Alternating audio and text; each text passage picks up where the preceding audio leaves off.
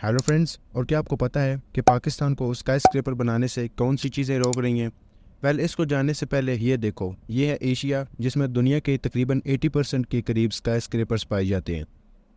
अब यहाँ पे लीडिंग आता है चाइना, जिसमें तकरीबन 981 स्काई स्क्रैपर मौजूद हैं। यूएई जैसा छोटा कंट्री भी 137 स्काई स्क्रैपर के साथ दूसरे नंबर पे आता है। यहाँ तक कि इंडोनेशिया और सिंगापुर जैसी कंट्रीज़ में भी 48 और 33 के करीब स्काई स्क्रैपर पाए जाते हैं। यहाँ पे क्वेश्चन आता है कि पाकिस्तान के अंदर आखिर इस तरह की कितनी बिल्डिंग्स हैं। हैरानी के तौर पे पाकिस्तान के अंदर सिर्फ 20 ही ऐसी बिल्डिंग्स हैं जो कि 100 मीटर की हाइट से ज़्यादा हैं। दुनिया एक तरफ फ्यूचरिस्टिक टावर्स बना रही है, जैसा कि एग्जांपल के लिए आप सियोल सिटी का क्रॉस टावर दे सकते हैं या फिर चाइना का फेक हिल टावर, जबकि पाकिस्तान इस तरह का क्यों नज़र आता है। फ्रेंड्स, वेरी नॉट, आज की इस वीडियो में आप जान जाएंगे कि आखिर पाकिस्तान भी स्काई स्क्रैपर बनाने में इतना पीछे क्यों है। पाकिस्तान एक ऐसा कंट्री है जिसकी पॉपुलेशन रैपिडली ग्रो कर रही है। अब पाकिस्तान की करंट पॉपुलेशन अगर देखें तो वह है 220 मिलियन लोग। एक एस्टिमेट के हिसाब से ये देखा गया है कि 2050 तक जो पॉपुलेशन है वो 320 मिलियन के करीब पहुंच जाएगी। अब इतनी बड़ी पॉपुलेशन कंट्री के इंफ्रास्ट्रक्चर और उसकी हाउसिंग स्टॉक पे बहुत ही स्ट्रेस डालती है। करंटली अगर हम देखें तो तकरीबन 10 मिलियन के करीब जो हाउसिंग यूनिट्स हैं पाकिस्तान में, उनका एक शॉर्टेज हमें देखने को मिल रहा है। स्काई स्क्रैपर भी इसी तरह के हाउसिंग क्राइसिस से निपटने के लिए एक बेटर, एफिशिएंट और सस्टेनेबल वे हो सकते हैं, क्योंकि स्काई स्क्रैपर एक छोटी सी लैंड पे बहुत ज़्यादा लोगों को अकोमोडेट कर सकती है। ये मोर एनर्जी एफिशिएंट होते हैं ट्रेडिशनल हाउसिंग से, क्योंकि इनको इस तरह डिज़ाइन किया जाता है कि ये नेचुरल लाइट और वेंटिलेशन का ज़्यादा से ज़्यादा एडवांटेज ले सकते हैं।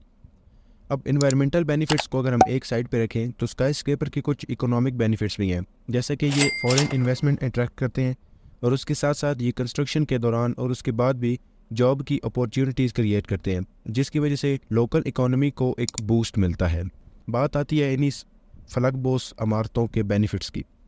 तो अगर हम देखें तो सबसे पहली चीज़ है हमारे पास एफिशिएंट हाउसिंग, क्योंकि स्काई स्क्रैपर को इस तरह बनाया जाता है कि वो एक छोटी सी लैंड पे ज़्यादा से ज़्यादा लोगों को अकोमोडेट कर सके। अब बेसिकली इनको वर्टिकली बनाया जाता है ताकि ये कम स्पेस में ज़्यादा से ज़्यादा लोगों को हाउसिंग प्रोवाइड कर सके। इसकी वजह से ग्रीन स्पेस जो कि सिटीज़ एरिया में अक्सर कम होती है वो भी इंक्रीज़ हो जाती है, और स्काई स्क्रैपर एनर्जी एफिशिएंट होते हैं अगर हम ट्रेडिशनल हाउसिंग को देखें तो उसके मुकाबले में। इन स्काई स्क्रैपर को डिज़ाइन इसी तरह किया जाता है कि ये नेचुरल लाइट और वेंटिलेशन को प्रॉपर एडवांटेज लेते हैं। अब नेचुरल लाइट की वजह से आर्टिफिशियल लाइटनिंग का यूज़ कम होगा, और इसी के साथ वेंटिलेशन एयर कंडीशनिंग के यूज़ को कम से कम कर देती है। नेक्स्ट वन है कि इन्वेस्टमेंट को अट्रैक्ट करती है और जॉब्स वगैरह बनाती है। इसमें हम ये कह सकते हैं कि एक इन्वेस्टमेंट जो कि बिल्डिंग के दौरान चाहिए होती है, उसके साथ साथ जो कंस्ट्रक्शन के दौरान जॉब्स रिक्वायर्ड होती हैं, और फिर मेंटेनेंस, उनकी बिल्डिंग के ऑपरेशन वगैरह में भी कुछ जॉब्स चाहिए होती हैं। इस तरह ये जॉब्स प्रोवाइड करती है।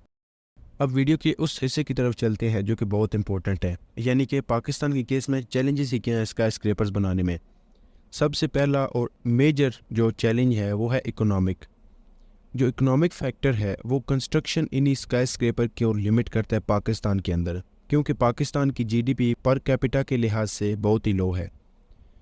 उसके साथ साथ कंस्ट्रक्शन की हाई कॉस्ट या फिर जो कैपिटल इन्वेस्टमेंट है उसमें बहुत ज़्यादा कमी। Seismic risk. Seismic risk Pakistan का एक अनदर फैक्टर है जो कि स्काई स्क्रैपर की कंस्ट्रक्शन को लिमिट कर देता है। अब सिस्मिक रीजन का मतलब क्या होता है कि ऐसा रीजन जिसमें अर्थक्वेक के आने का ज़्यादा चांसेस होते हैं। सो पाकिस्तान भी एक सिस्मिकली एक्टिव रीजन में पाया जाता है, जिसका मतलब है कि यहाँ पे अर्थक्वेक या फिर जल्जलों की एक हाई फ्रीक्वेंसी पाई जाती है। यूजुअली पाकिस्तान में जो जल्जले होते हैं वो बहुत ही सीवियर किस्म के होते हैं, जिसकी वजह से स्काई स्क्रैपर या तो डैमेज हो सकते हैं या फिर वो मुकम्मल तौर पे तबाह हो जाएंगे। एडिशनली अर्थक्वेक के डैमेज को रिपेयर करने में कॉस्ट लगती है, वो भी बहुत ज़्यादा है, जिसकी वजह से ये बहुत ही मुश्किल हो जाता है पाकिस्तान के लिए कि वो स्काई स्क्रैपर बनाए। Lack of skilled labour and construction materials. Pakistan में स्किल्ड लेबर तो ना के बराबर ही है, क्योंकि एक लार्ज पूल जो है उनमें कोई इतनी स्किल नहीं है कि वो स्काई स्क्रैपर को बिल्ड करें, और स्काई स्क्रैपर की बिल्डिंग में सबसे मेजर चीज़ ये होती है कि स्किल्ड लेबर। मज़ीद बरा हम ये कह सकते हैं कि कंट्री के पास जो कंस्ट्रक्शन मटेरियल्स होते हैं उनका कोई प्रॉपर एक्सेस नहीं है, जो कि इस तरह की बिल्डिंग की कंस्ट्रक्शन में बहुत ज़रूरी होता है, जैसा कि हाई स्ट्रेंथ स्टील या फिर स्पेशल किस्म का कंक्रीट वगैरह।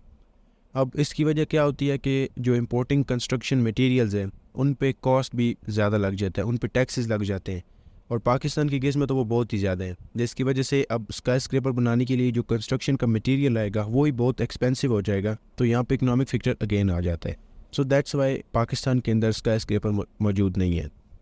उम्मीद करता हूँ कि आपको आज की वीडियो पसंद आई होगी। एंड जाने से पहले फैक्टो सर्विस से मैं हूँ मेहताब हसन। मिलते हैं आपसे एक और नई वीडियो में, तब तक के लिए अल्लाह हाफिज़।